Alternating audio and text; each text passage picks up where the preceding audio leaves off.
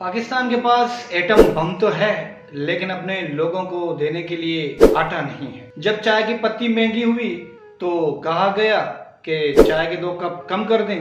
अब जब आटा महंगा हुआ है तो कहा जा रहा है कि 4 भाई मिलकर 2 रोटियां खाएं ताकि परेशानी ना हो। पाकिस्तान इस वक्त बड़ी मुश्किल में है, खासतौर पर आम आदमी बड़ी मुश्किलात से दो चार है। अगर हम सिंध की बात करें तो सिंध में तो आटा नायाब हो चुका है। हैदराबाद से लेके कराची, कराची से लेके घोटकी, कश्मीर तक आपको कहीं पर भी आटा नहीं मिलेगा। सस्ते आटे के चक्कर में लोगों के पाँव के नीचे आकर दबकर जाँ बाग हो रहे हैं। आज ही के वाकयात की बात कर लेते हैं। मीरपुर खास में एक वाकया पेश आया जहाँ पर 9 बच्चों का बाप आटा लेने के लिए घर से निकला था, लेकिन उसे आटा तो नहीं मिला, लेकिन मौत जरूर मिल गई।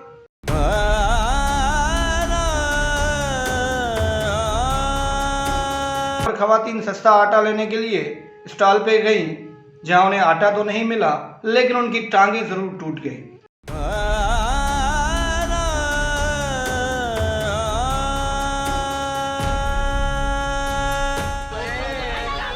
कराची से लेकर कश्मीर तक सिंध सरापा एहतजाज है, लेकिन लोगों को आटा नहीं मिल रहा।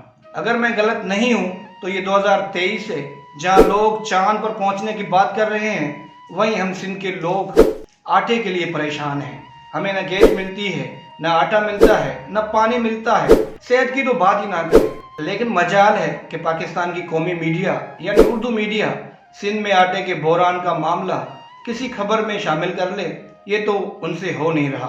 और सिंध के नौजवान अपनी तरफ से सोशल मीडिया पर भरपूर आवाज़ उठा रहे हैं। यही सबब है कि उर्दू मीडिया की खामोशी की वजह से सिंध गवर्नमेंट अभी तक खामोश है। बिलावल भुट्टो जरदारी साहब अभी तक खामोश हैं। आसिफ जरदारी इसलिए खामोश हैं। आसिफ जरदारी लाहौर के मामला देखने के लिए तो चले जाते हैं, लेकिन न वो सैलाब में सिंध में आए, न ही अभी आटे की किल्लत पर कोई एक्शन लिया जा रहा है। अब अल्लाह सिंध का निगहबान है, बाकी सरकार तो कहीं नजर नहीं आती। फिलहाल के लिए इतना ही, मिलते हैं एक नई वीडियो के साथ।